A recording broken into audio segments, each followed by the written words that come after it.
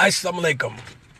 In the name of Allah, the Beneficent, the Merciful, I bear witness there is no God but Allah, who came to us in the persons of Mustafa Muhammad. And I bear witness that the most honorable Elijah Muhammad is indeed an exalted Christ. And I furthermore indeed bear witness that the Honorable Minister Louis Farrakhan is our divine reminder, leader, teacher, and guide. I greet you all in the nation, greeted words of peace and paradise of Assalamu alaikum. Hotep, peace. On behalf of Brother Albert Muhammad and the Let Us Make Man family, as always, we thank you all for taking the time to read our posts, click on our videos, support our every efforts in our strive in terms of the plight or towards the plight of the black community. I want to take a few minutes of your time, family, so bear with your little brother as I address this particular topic. But let me just say this first and foremost. We first heard this term from our dear brother, our late great brother, Minister Malcolm X, when Minister Malcolm X said, chickens coming home to roost. A statement that got taken way out of context, which caused so much chaos and uproar that it had to be addressed. But I'm adapting this same statement, chickens coming home to roost. And the reason why I'm saying that is because what you're seeing in the city of Milwaukee, the state of Wisconsin, is just that. Chickens coming home to roost. So what are you saying, Brother Albert? Listen, let me just make this real simple as I could possibly make it. How long do you think a people will continuously allow themselves to be slaughtered at the hands of their open enemies? What is a riot? Oftentimes, riots come out of the pain of misunderstanding or suffering. So riots derive from pain and suffering. And in riots, 80% to 90% of the people that do riot, they do it for change. Then there's a percent that sees the opportunity to take full advantage of just that. Seizing the opportunity to loot, steal, rob, whatsoever. But this is what happens when you inflict so much pain on a particular people. Right? And it's very strange. I find it very interesting how 85% of African Americans who love this Caucasian, who love this society, who love this white man to death, how they come up against our young people, how they attack our young people. This young brother was killed in Milwaukee by the police. And as the information comes out more and more and more, you find out this ain't the first time he got shot by the police in Milwaukee. See, what happened was they didn't finish the job the first time. And because they didn't finish the job the first time, he succeeded in a substantial amount of funds in a lawsuit. So they've been hunting that young brother since then. So they seized the opportunity and they murdered the brother. So many people wrote, well, he had a gun. He shouldn't have had a gun. Why shouldn't he? He had a CCW, a concealed carry weapons permit. And keep this in mind, family. If you have a CCW, then you can't have a felony.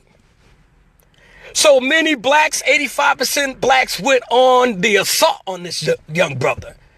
Put pictures out with him taking pictures of guns and things of that nature, painting him to be the criminal to justify his murder.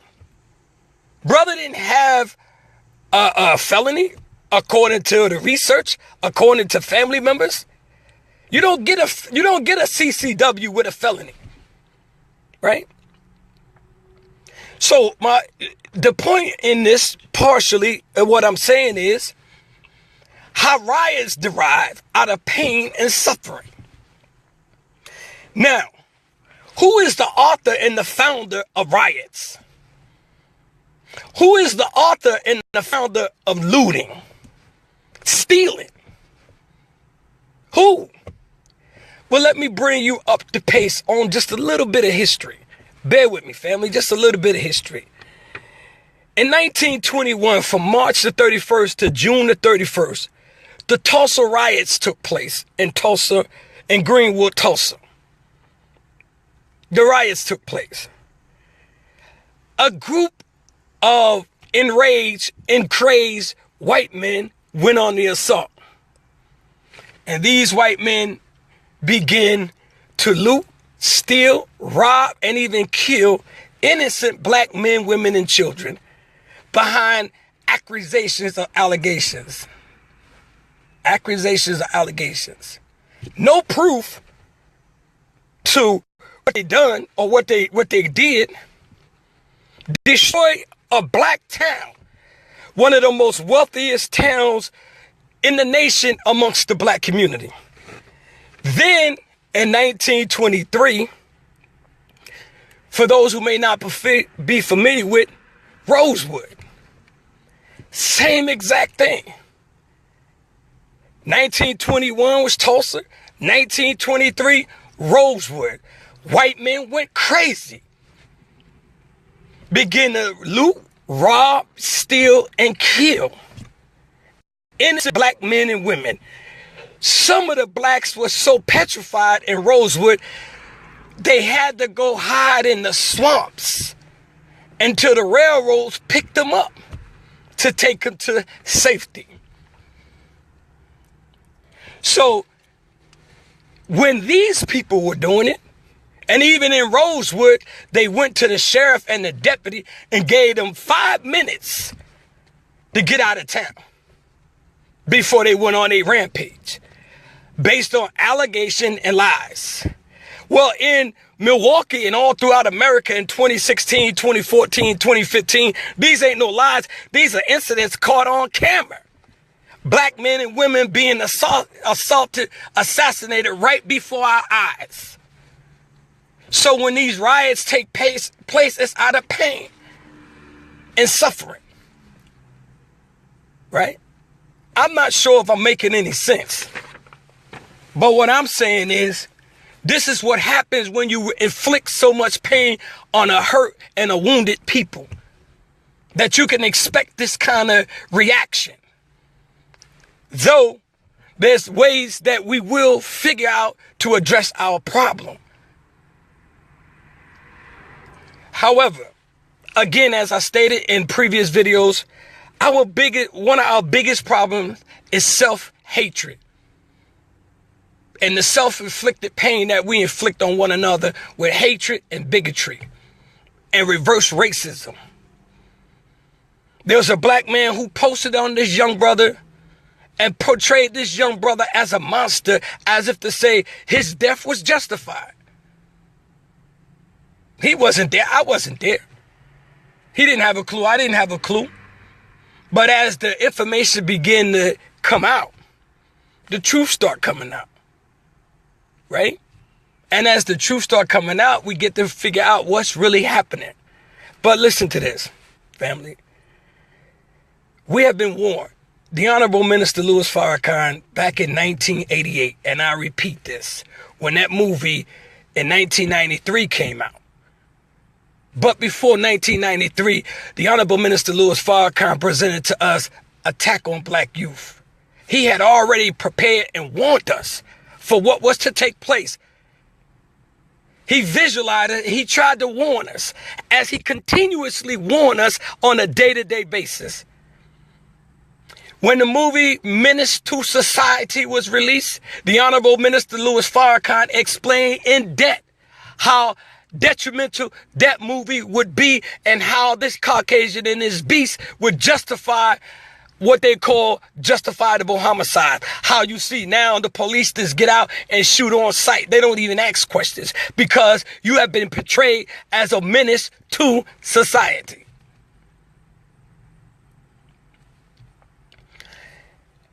We believe that Allah came to us in the persons of Masifat Muhammad.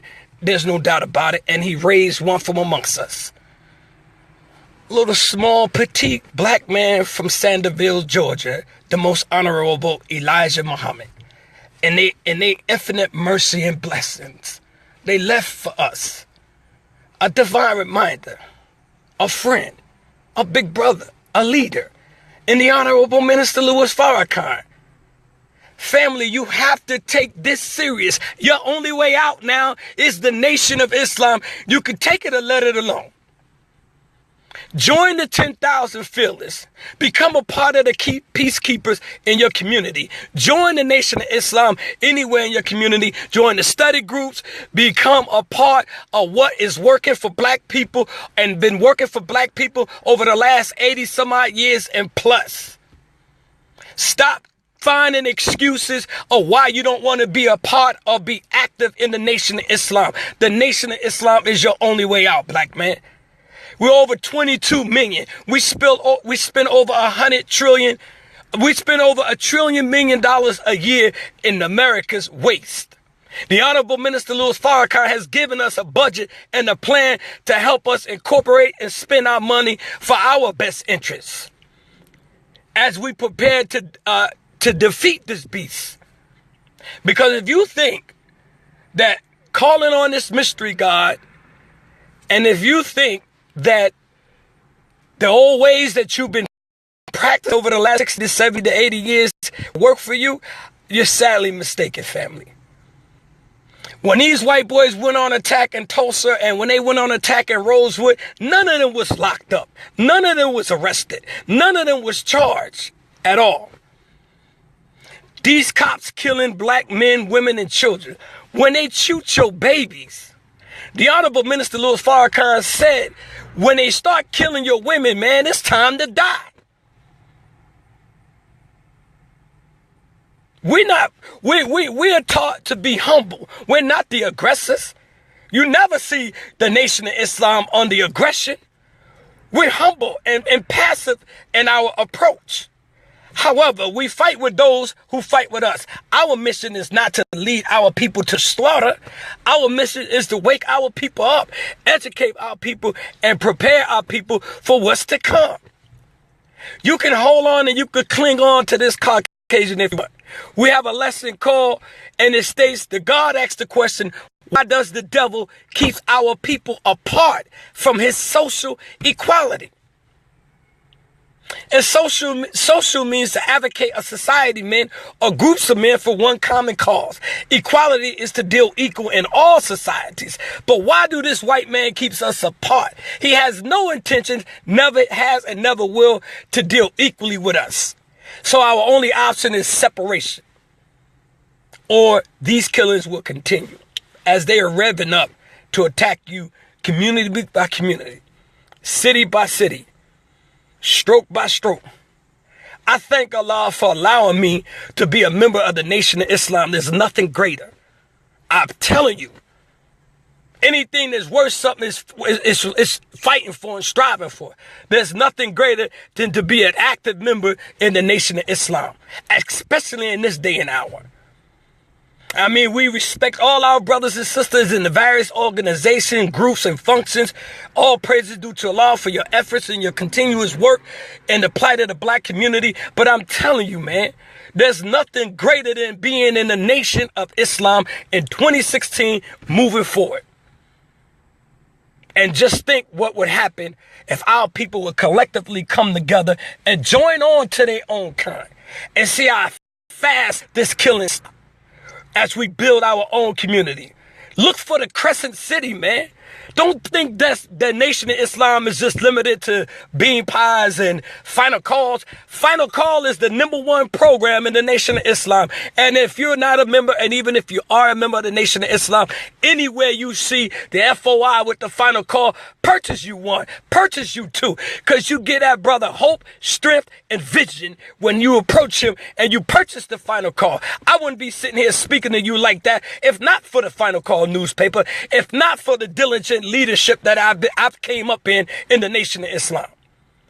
So I just wanted to make this message quick and plain, family. Right? And chickens are coming home to roost. What you're seeing is happening in Milwaukee. Milwaukee is one of the worst cities in the United States of America in terms of poverty. Why Sheriff David Clark went on a rampage, went to the RNC convention in Cleveland and made this outburst of Blue Lives Matter. Now he reaping what he sowed. So I want to thank you all for allowing me to take a few minutes of your time, but Allah has commissioned me to make this video as I've done all of it. None of this stuff is written down. It comes from the heart, man. It comes from the heart. It ain't structured. It ain't scripted. It ain't nothing, man. It's your little brother. I'm just your little brother, man. Under the divine leadership of the Honorable Minister Louis Farrakhan, man. I can cry tears for days for that, man. He don't want tears. He want work. He want us to unite. He want us to come together. He want us to stand as one. A unified people. A nation within the nation. Separate. And build our own farmland, produce, foods.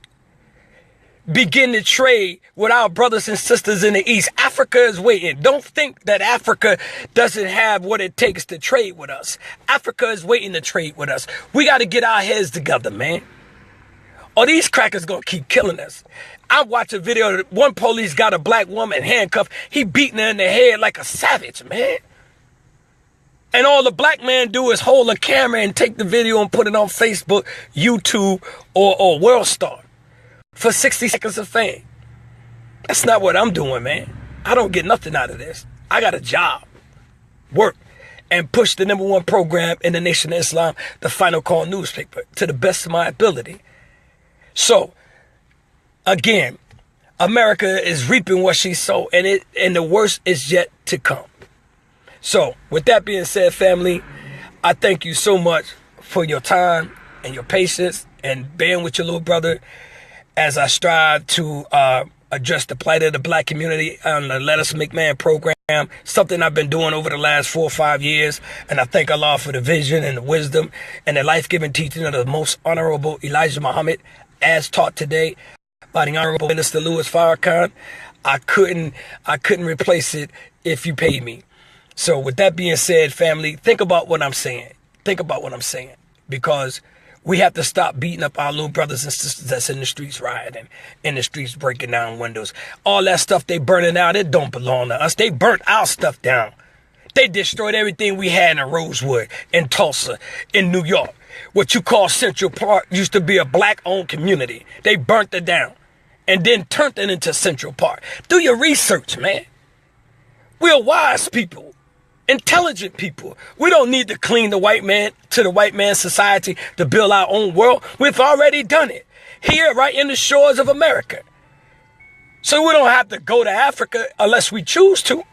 But the Honorable Elijah Muhammad told America, we want at least five states. And you give us what we need for 25 years to do for self. That program ain't gone nowhere. Thanks to the Honorable Minister Louis Farrakhan. Once again, thank you for listening. I leave you as I came before you in the nation. Greet the words of peace and paradise. Assalamu alaikum, family. Thank you.